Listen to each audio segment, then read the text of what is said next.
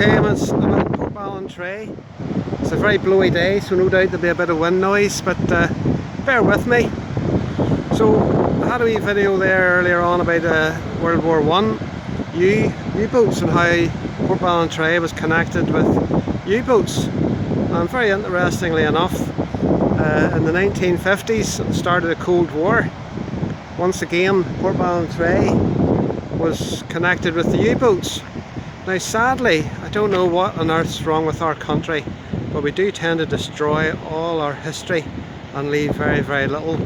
But at this location here was a U-boat listening station. It would have consisted of various buildings. I'll walk past that in a minute. That's the base of one, and up on the hill there have been a few more and a couple more here.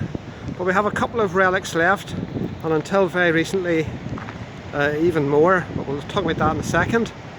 So this is the base of one of the listening station buildings, sadly demolished in the relatively recent history, within the last 10 years I would guess.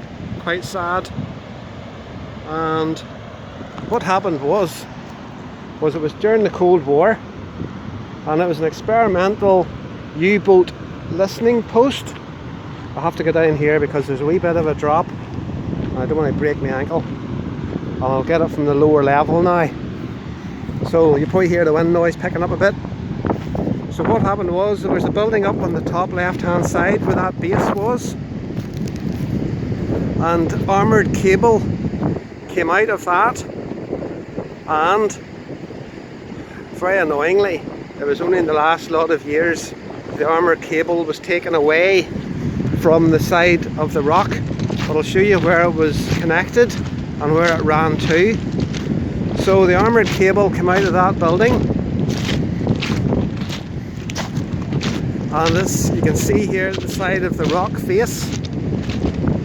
The armoured cable came out of, do you see that there's like a little bit of a reinforced roof, and it came down that wall. You can see the remnants of the brackets that held the cable on, and it came down the wall.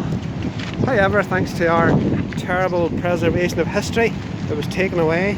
However, armoured cable came down the wall along here and then out to sea for about 2 miles or so, and there's hydrophones connected to the end of it, and it was to listen for submarines in the North Sea. How successful it was, I don't know.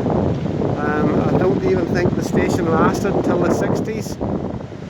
So it was during, I think it was 1952 it was built, and it was experimental. And sadly not too many traces left, but there's a little bit. And let's hope we do try and preserve our country's military history a little bit better. So that's the second part of Portballintrae's connection with U-boat history. There we go folks, hope you heard that over the noise. It is blowy.